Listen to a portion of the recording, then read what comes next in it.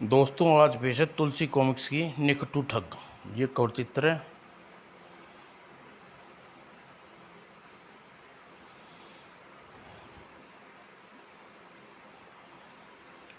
बात बहुत पुरानी है, न जाने कब से धौलपुर गांव में रामानंद और श्यामानंद नाम के दो भाई रहते थे। दोनों अव्वल दर्जे के आलसी थे। हे राम, हमारी किस्मत ये निकटू ये लिखे थे। भगवान, आखिर तेरा क्या बिगाड़ा है जो तूने हमारे कर्म ऐसे पति लिखे जो कुछ काम धाम नहीं करते, बस सारा दिन चारपाई तोड़ते रहते हैं और कौड़ियाँ खेलते रहते हैं। और रामनंद और श्यामनंद के कानों में पत्नियों की व्यंग के बाण घुसते ही नहीं थे। और कर्मों की गति न्यारी है, कैसी लिखी गुर्र। एक दिन जब सोना और चंदा बांध टूट गया जब सोना और चंदा का बांध टूट गया तो कान खोल कर सुन लो, यह घर अब चूल्हे तभी जलेंगे जब तुम हमारी हथेली पर लाकर कुछ धन रखोगे, चाहे कहीं से भी चोरी करके डाका डालो, कहीं से लूट करो। और जिस भी तरीके से हो सके तो हमें धन ला कर दो, खाली हाथ बहुत दिन तक तुम्हारे घर का चूल्हा फूंक दिया। भगवान, इस समय पेट में बड़े जोर से चूहे कूद रहे हैं, इस समय खाना बना दो, खाना खाकर इस विषय में सोच लिया जाएगा। नहीं नहीं, ऐसा नहीं होगा। तो हमने जो कह दिया वह कह दिया, हमारी बात पत्थर की लकीर है, समझा तुम? ओह, लगता है श्यामानंद आज यहाँ दाल नहीं गलने वाली, चल बाहर चल। और दोनों चुपचाप बाहर निकल गए। अब क्या भैया, श्यामानंद, आज हमारी और हमारी पत्नियों ने हम दोनों की खूब खरी खोटी सुनाई है। आखिर हमें भी गैरत है, उन दोनों को हमारी गैरत को ललकारा है, हम उन्हें मुंह तोड़ जवाब देंगे कर रहेंगे। यानी हम काम की तलाश में नगर जाएंगे, वहाँ कुछ काम धमा कर कुछ वापस घर लौटेंगे। मतलब हम आज ही नगर जा रहे हैं? हाँ रामानंद, आज ही और इसी समय नगर जा रहे हैं। चलो तो भैया, मैं तुम्हारे साथ हूँ। और दोनों उसी समय नगर की ओर चल पड़े। लंबा सफर तय करने का जब वे नगर में पहुंचे, भैया भूख के मारे बुरा हाल है। श्यामानंद, भूखा यह क्यों भूल जाता है कि हम खाली जेब हैं? भैया, काश हमारे पास जेबों में थोड़ा धन होता तब न। और लगता है कोई मुसलमान मर गया है, मशहूर हस्तियों की दरगाहें कब्रिस्तान पर जा रहे हैं शायद। जब उन्हें जनाजा संभ्रम से गुजरा, रामानंद, इस जनाजे को देख असमास्त मेरे दिमाग में एक धन कमाने की योजना आई है। ज़रा हमें भी बताओ भैया, क्या योजना है?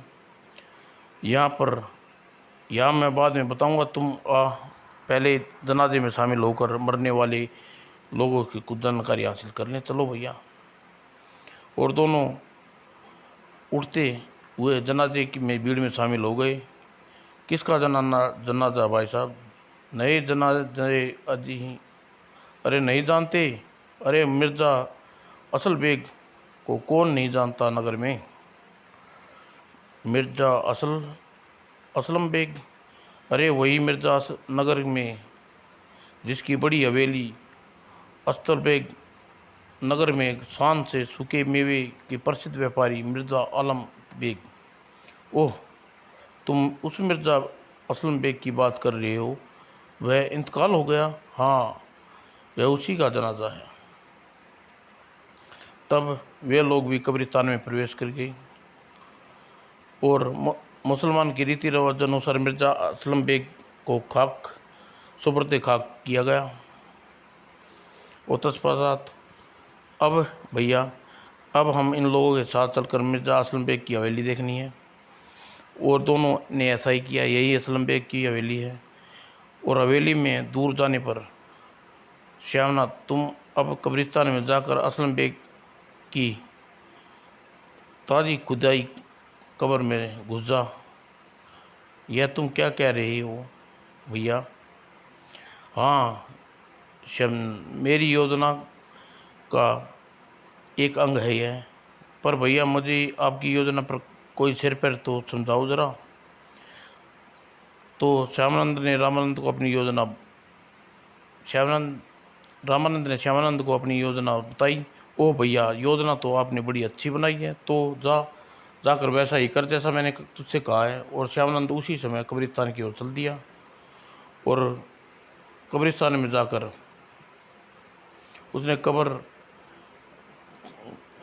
में करवट इस तरह छिपा कि उसे सांस लेने में ताज़ी हवा मिल सके। और दूसरी ओर मैं लुट गया, बर्बाद हो गया।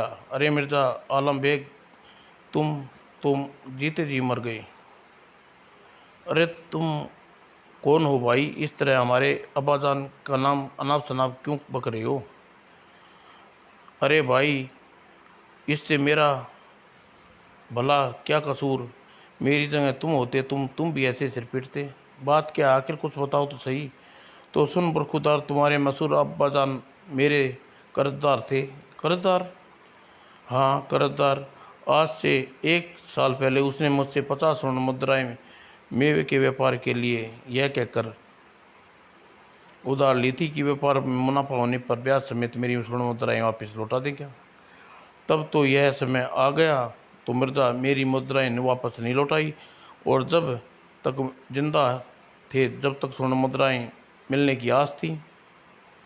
अब तो मिर्ज़ा नहीं रहे तो मेरी मुद्राएं वापस मिलने से रही। अब तुम बताओ, दुखी ना हूँ तो क्या करूँ? आप दुखी न हो। हमारे अब्बाजान तुमसे कर्जा लिया था, उसे अपने खाते में यह बात अवश्य कहीं दर्ज की होगी। मैं अभी अपने तमाम खातों में देखता हूँ, और आपकी बात सच हुई तो पिताजी का सारा कर्जा अदा कर दूंगा। खुदा तुम पर नेक बेटे की लंबी उम्र दे। और अमीर और उसी समय खाते देखने में जुट गया। और बहुत खोजबीन करने के पश्चात नए खाते में तो आपके द्वारा लिए कर्ज का जिक्र नहीं है। ओह, यहाँ भी मेरी किस्मत फूट गई। रामदास मायूस हो गया। क्यों बेटा? बेटा क्यों न कब्रिस्तान जाकर मिर्ज़ा आलम बेग से इस बारे में पूछ लें। यह आप क्या कह रहे हैं चाचा जान? भला कब्र में सोए अब्बा को महसूस क्या बताएंगे? ऐसी बात नहीं है बेटे, कभी कभी कब्र भी बोल पड़ती हैं। तो मैंने तो ऐसा नहीं सुना। तुम तुमने अनहोनी का नाम तो सुना होगा। वही अनहोनी तुम्हारे कभी जाया करती है। तुम्हें यकीन नहीं आ रहा तो ऐसा करते हैं, मेरे साथ कब्रिस्तान चलो, अपने पिता को मेरे कर्ज के बारे में मालूम करो। यदि कब्र में तुम्हें अब्बा से बोलकर मेरी बात को सही कहा तो मेरे कर्ज अदा कर देना।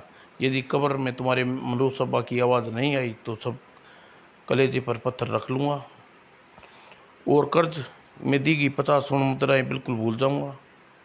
बेटा आमिर, यह जनाब ठीक कह रहे हैं। करीब ही शमशान है। हम चलते हैं तुम्हारे साथ। और तब कब्रिस्तान की ओर चल पड़े।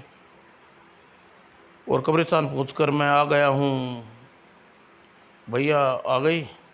और कब्र के पास पहुंचा। अब्बा जान, क्या तुमने इस महाशय से 50 स्वर्ण मुद्राएं कर्ज में ली थी? अगले ही पल, बेटा आमिर, यह शख्स जो तुम्हारे पास खड़ा है, आज से 1 साल पूर्व मैंने इससे वास्तव में 50 स्वर्ण मुद्राएं उधार ली थी। ओह बेटे, मैं इसकी 50 स्वर्ण मुद्राएं ब्याज सहित इसे वापस कर देना, नहीं तो मेरा जन्नत के जाने की बजाय 2 गज की आग में जलता रहूँगा। अब्बा जान, आप फिक्र ना करें, कर्ज अदा कर दूंगा। आपकी आवाज़ कुछ को क्या हुआ? बर्रा क्यों रही है? बेटे मेरी आवाज़ जिंदा तो यही फ़र्क है, मरकर मेरी आवाज़ बदल गई है। ओह, यह बात है। चाचा जान, आप मेरे साथ हवेली चलिए, मैं आपको कर्ज उतार देता हूँ, अदा कर देता हूँ। चलो बरखुरदार। और हवेली पहुँच कर लीजिए चाचा जान ब्याज सहित आपकी मुद्राएं। खुदा महफूज महफूज मिर्जा जन्नत बख्शे, मरकर उसे अपनी नेकी नहीं छोड़ी। और स्वर्ण मुद्राएं का कलश ले वे खुशी खुशी कब्रिस्तान पहुंचा। ले श्यामदास, आज हम दोनों जीवन में पहली बार कमाई की है, पहली कमाई, पहली ठगाई। अब तुम चाहो, अब तुम जो चाहो समझे। और सबसे पहले उन्होंने स्वर्ण मुद्रा से अपने लिए अच्छा भोजन खरीदा और तत्पश्चात, भैया अब हमें घर लौटना चाहिए, तू ठीक कह रहा है, अब हमारी जेब खाली नहीं है, इसलिए अब हमारी पत्नी हमें घर घुसने से नहीं रोकेंगी। और दोनों गांव की ओर चल पड़े। रात को वे परनाल परानाल गांव के बाहर पहुंचे। भैया, रात दिन भर भागदौड़ के कारण मेरा शरीर बुरी तरह टूट गया है, क्योंकि आज रात यहीं बिताई जाए। श्यामलाल, थका हुआ हूँ, मैं भी हूँ। और ठीक है, पहले इन स्वर्ण मुद्राओं को कहीं छिपा देने का प्रबंध करें। और रामदास ने सामने खेत में एक गड्ढा खोदा और अब ये सारी रात ये मुद्रा यहीं सुरक्षित रहेंगी, सुबह होने पर हम इस कलश को निकाल लेंगे। और वे पेड़ पर चढ़कर मोटी डाल पर लेट गए और थकी हारी होने के गहरी नींद में सो गए। दूसरी ओर गांव परनाल में किसान जगतू आंखें में नींद सी कोस दूर थी। आज न जाने क्यों आंखें नींद नहीं आ रही। आज करवटें बदलते की कोशिश कर रहा हूँ और उसे नींद नहीं आई। अब नींद नहीं आ रही तो उसे खेत पे चलूँ, जुताई से काम कल दिन में करना हो, आज रात को कर लूँ। और घर से बाहर ताला लगा था और बैल को अपने साथ लेकर खेत की ओर चल दिया। और खेत में मंगलू जब खेत में रामदंड अपना मुद्रा कलश दबाई थी, वो खेत में पहुंचा और मंगतू ने जोतने लगा। मंगतू एक गरीब किसान था, थोड़ी ज़मीन पे खेती करता था, संतोष से रहता था। मेहनत के अलावा प्यारा प्यार और लालच उसमें उतना चढ़ाया था। और वह थोड़ी देर में खेत जोत लिया। और अरे ये आवाज़ कैसी, उसने हल रोका और उससे स्थान पर खुदाई करी। कलश के अंदर क्या हो सकता है। और उसे मुंह का कपड़ा हटाया और इतनी सारी स्वर्ण मुद्राएं। उसने कलश को पूर्णतः बंद कराया। अब इस खेत के किनारे रख दूं और जुताई का काम पूरा कर लूं, सुबह चलते वक्त कलश को ले जाऊंगा। और भोर होने से जुताई का कार्य पूरा करने पर वह अपने घर की ओर चल दिया। कलश का उसे भूल गया। और जब घर पहुंचा, धनिया उठ, सोई पड़ी है, तू अपना खेत भी जोताया।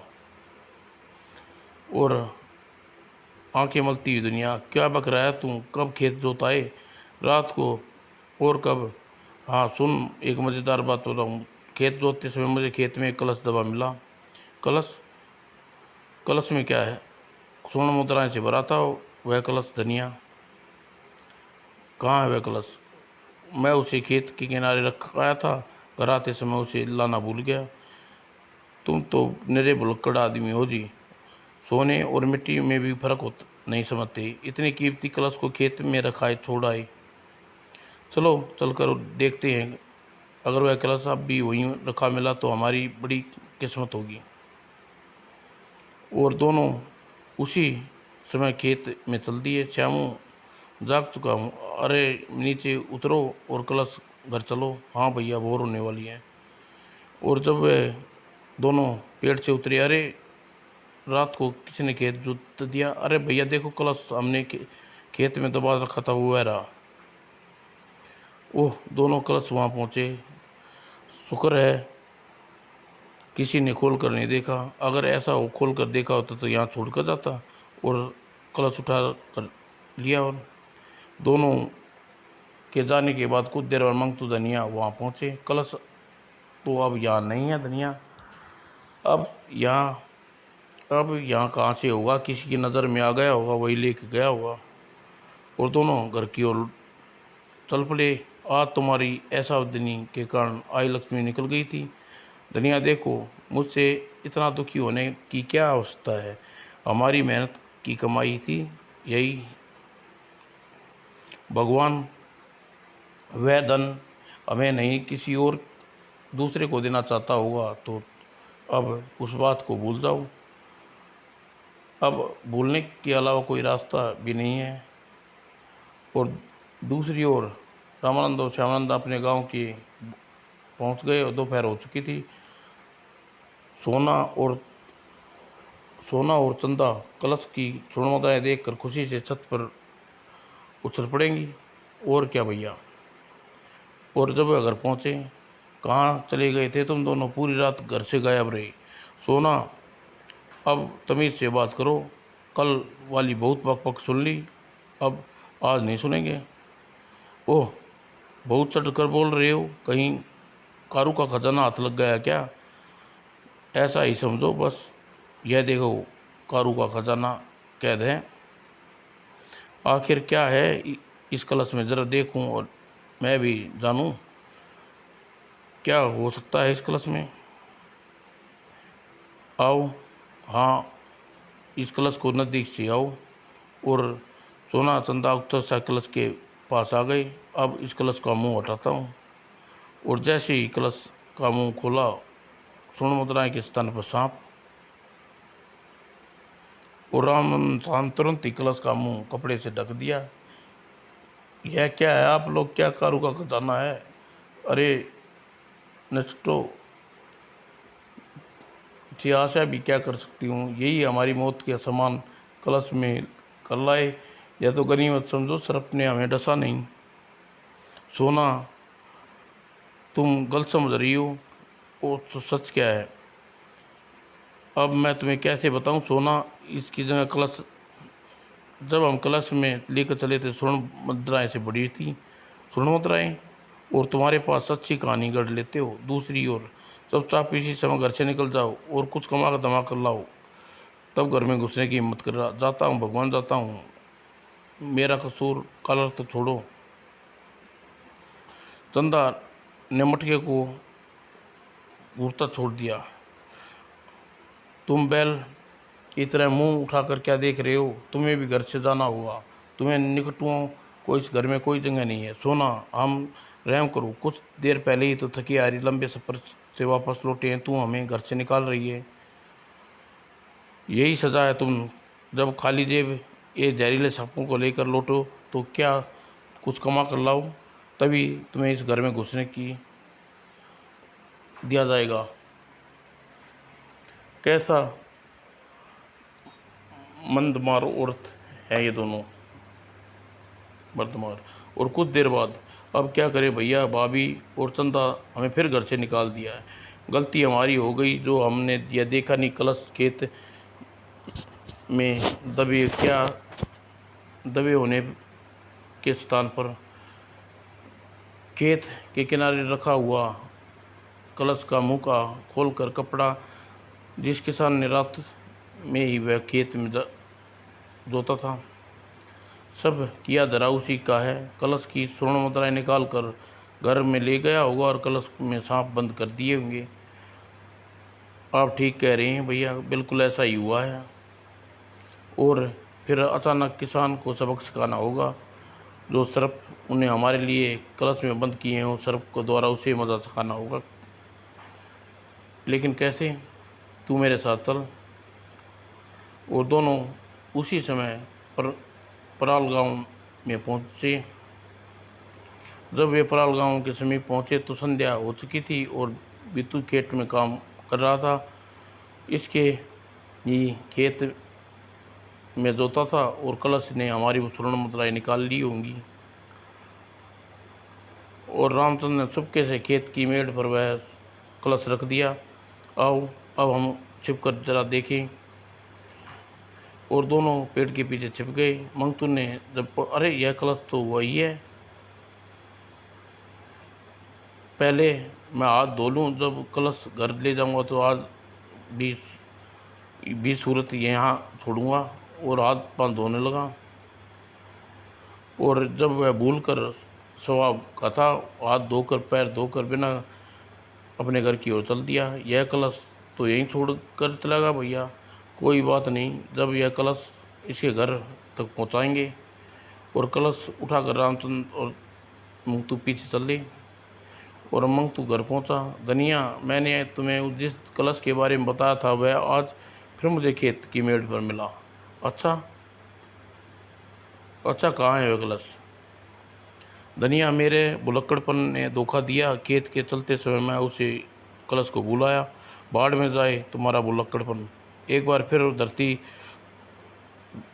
फिर घर आती लक्ष्मी को लात मार आए। मैं अभी खेत पर जाकर कलश को लाता हूँ, और जब तक इस कलश को चौखट पर लिए से दूर हट जाना चाहिए। किसान की पत्नी घर के बाहर निकली और कलश देखकर निश्चित हो पड़ेगी, और दोनों ने ऐसा ही किया। और धनिया, अरे यह कलश तो यहीं रखा है, कलश तो नहीं है। और उधर कलश उठकर अंदर आया। अरे यह कलश तो तुम्हें कहाँ मिला? यह तो खेत की मेड़ पर छोड़ कर आया था। बेकार की बातें न करो, पेड़ों बातों में न पड़ो, और जल्दी से इसके मुंह से कपड़ा खोलो। और अब मरोगे इन दोनों, अब मरेंगे ये दोनों। इनके मरने के बाद हम घर में छिप कर इनकी सारी स्वर्ण मुद्राएं हम निकाल लेंगे। और मंगतू ने कलश का मुंह खोला और स्वर्ण मुद्राएं कलश में थी। ओह यह क्या, सांप कहाँ गई? अरे स्वर्ण मुद्राएं स्थान पर स्वर्ण मुद्राएं आ गई। जरूर ही किसान जादूगर है। वो दोनों घर में पहुंचे। भाई किसान, क्या माजरा है? हमने कलश का मुंह घर जाकर खोला तो इसमें सांप निकले, तुम खोला तो इसमें स्वर्ण मुद्राएं निकली। वास्तव में स्वर्ण मुद्राएं ही कलश में थी। तुमने यह कलश के बारे में कैसे पता चला? क्योंकि यह कलश हमारा है, तुम्हारे खेत में गाड़ा था। ओह, यह कलश तुम्हारा? अच्छा, यह बताओ तुमने स्वर्ण मुद्राएं कहाँ से मिली थी? यह सुन अकाक्ष एक दूसरे को देखने लगे। इसे ठगी के बारे में बताएं या ना बताएं, कुछ सोचकर। हमने कलश मुद्राएं एक मुस्लिम युग से ठगी थी और हड़पी थी। ओह, यह चक्कर है। और यह विस्तार से मंगतू को अपने द्वारा ठगी की बात बताई। देखो भैया, चूँकि तुमने यह दुखी आदमी से ठगी ये स्वर्ण मुद्राएं हड़पा, इसलिए इस स्थान पर श्रप दिखाई दिए। चूँकि मैंने मेहनत द्वारा खेत में जोतने पर समय इस कलश को मिला, इसलिए मुझे श्रप के स्थान पर स्वर्ण मुद्राएं दिखाई दी। इसमें न कमाल मेरा न तुम्हारा है। अच्छा, इतना अवश्य है कि मेहनत की कमाई से आदमी को भरोसा रखना चाहिए। ठगी और चोरी के धन में कभी गुजारा नहीं चलता। तुम दोनों ठीक कहते हो। मैं हमेशा हम क्या करें? सबसे पहले हम उन मुद्राओं को असली मालिक तक पहुंचाना कराओ। वो दोनों भाई उसी समय कलश लेकर नगर पर पहुँचे।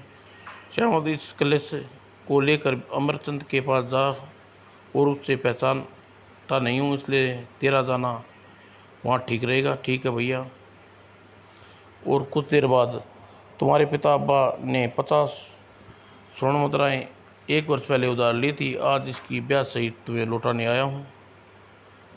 और कलश अमित को लौटाने के पश्चात, अब भैया, अब हम मेहनत करेंगे, मजदूरी करेंगे, इससे ठगी किसी काम की नहीं हो करेंगे।